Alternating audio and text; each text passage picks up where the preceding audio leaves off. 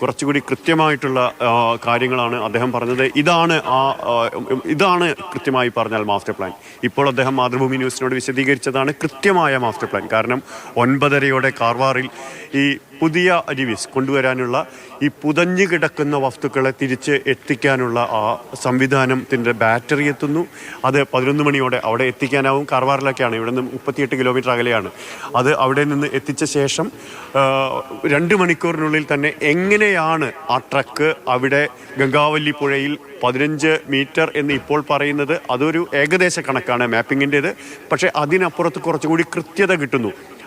അതിൻ്റെ ഘടന എങ്ങനെയാണ്, മറിഞ്ഞാണോ കിടക്കുന്നത്, ഏതു ഭാഗം കുത്തിയാണ് ചെളിയിൽ കിടക്കുന്നത്, അതിനുള്ളിൽ ക്യാബിൻ എവിടെയാണ് തുടങ്ങിയ കാര്യങ്ങളെല്ലാം പിന്നീട് അറിയാനിരിക്കുന്നതേ ഉള്ളൂ. അത് അറിഞ്ഞതിന് ശേഷം മാത്രമേ മുങ്ങൽ വിദഗ്ധർക്ക് അതിനുള്ളിലേക്ക് കടന്നെത്താനാവൂ എന്നുള്ളൊരു കാര്യമാണ് അദ്ദേഹം പറയുന്നത്, മേജർ ഇന്ദ്രപാലൻ പറയുന്നത്. അപ്പോൾ ഒരു പ്രധാനപ്പെട്ട കാര്യം, അവിടേക്ക് എത്തുമ്പോൾ സാധാരണ മുങ്ങൽ വിദഗ്ധരെ സംബന്ധിച്ചിടത്തോളം അവർക്ക് സങ്കല്പിക്കാനാവാത്തത്ര, അവരുടെ ജീവൻ അപകടത്തിലാവുന്നത്ര അതിതീവ്രമായ ഒഴുക്കാണ് ഗംഗാവല്ലി പുഴയിൽ എന്ന് അദ്ദേഹം ഓർമ്മിപ്പിക്കുന്നു. കാരണം അവർക്ക് അവരുടെ വൈദഗ്ധ്യത്തിന് മനുഷ്യസാധ്യമായ വിധത്തിൽ കടന്നു ചെന്ന് പ്രതിരോധിക്കാവുന്ന ഒഴുക്കിൻ്റെ ഇരട്ടിയിലേറെ വേഗത്തിലാണ് വെള്ളം കലങ്ങി മറിഞ്ഞ് ഒഴുകുന്നത്. മുങ്ങൽ വിദഗ്ധരുണ്ട്, കടലിൽ ഇത് സാധ്യമാകും, പക്ഷേ ഇങ്ങനെ ഒഴുക്കില്ല, ചെളിവെള്ളമില്ല, ക്ലിയറാണ് ആ താഴെത്തട്ട്. അത് ഒന്നുമില്ല.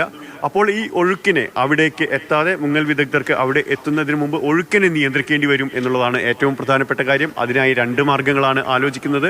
ഒന്ന്, മുകൾ ഭാഗത്ത് ഒരുപക്ഷെ ഈ നദി തിരിഞ്ഞ് എത്തുന്നതിന് ആ ഭാഗത്ത് തന്നെയായി മറ്റെന്തെങ്കിലും വിധത്തിൽ മണ്ണ് അവിടെ നിറച്ചോ മറ്റെന്തെങ്കിലും വിധത്തിലോ ഒരു തടസ്സമുണ്ടാക്കി ഇരുവശത്തുകൂടെ ആ തടസ്സമുണ്ടാക്കി ഇവിടേക്കുള്ള ഒഴുക്ക് ഗതി തിരിച്ചു വിടുക.